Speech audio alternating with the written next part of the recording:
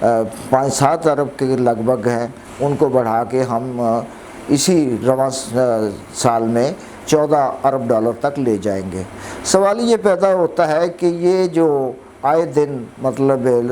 ادھار ہم لیے جا رہے ہیں، کیا یہ ہماری معیشت کو استحکام بخش سکتے ہیں؟ قطعاً نہیں، کیونکہ جہاں آپ قرضہ لے رہے ہیں اس کی مد میں آپ نے اس کا سود بھی پے کرنا ہے، اور سود جو ہمارے ہاں ہمارے دوست ممالک نے اس وقت ہمارے اسٹیٹ بینک آف پاکستان میں رکھوائے ہوئے ہیں، جیسا کہ میں پہلے بھی مثال دے چکا ہوں کہ UAE، عرب اور اب چائنا، اب وہ ہم یوٹیلائز نہیں کر سکتے، اس کو استعمال نہیں کر سکتے، یا البتہ اس کا سود باقاعدگی سے ہم پے کر رہے ہیں۔ اسی طرح ہماری جہاں تک ایکسپورٹ کا تعلق ہے، تو ناظرین کرام، آپ کے علم میں ہوگا کہ جب سے یہ گورنمنٹ بنی ہے 13 جماعتی اتحادی گورنمنٹ، جس کو PDM کہا جاتا ہے، پاکستان ڈیموکریٹک موومنٹ کے نتیجے میں جو حکومت بنی ہے، کولیشن گورنمنٹ، انہوں نے مطلب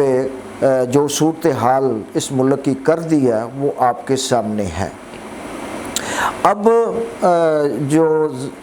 جب سے یہ حکومت آئی ہے تب سے LC بند ہے، جو لیٹر آف کریڈٹ ہوتا ہے جس کے ذریعے ہم دوسرے ممالک سے خام مال منگواتے ہیں، اور خام مال کے ذریعے پھر آگے ہم اس کو مطلب میٹیریل کی اپنا اشیاء کی صورت میں تیار کر کے وہ پھر ہم ایکسپورٹ کرتے ہیں، اور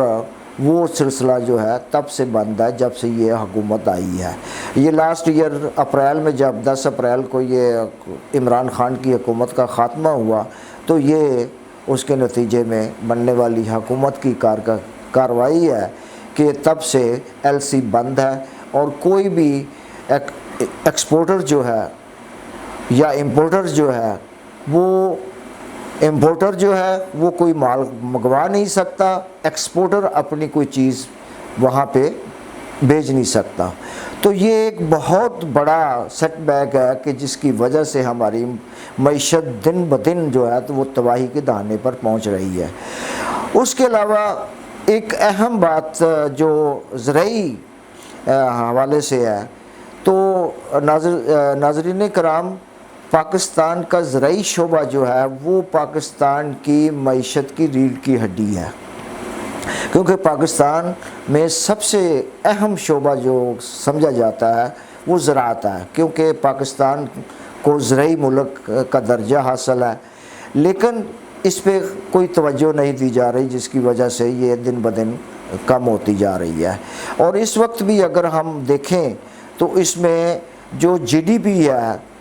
گراس ڈومیسٹک پروڈکٹ میں جو اس کا حصہ ہے 29% سے زائد ہے، لیکن یہ کم کیوں ہو رہی ہے؟ اس کی وجہ یہ ہے کہ حکومت کی زرعی ناقص پالیسیوں کی وجہ سے اور مہنگائی کی وجہ سے اور مہنگے بیج اور کھاد کی وجہ سے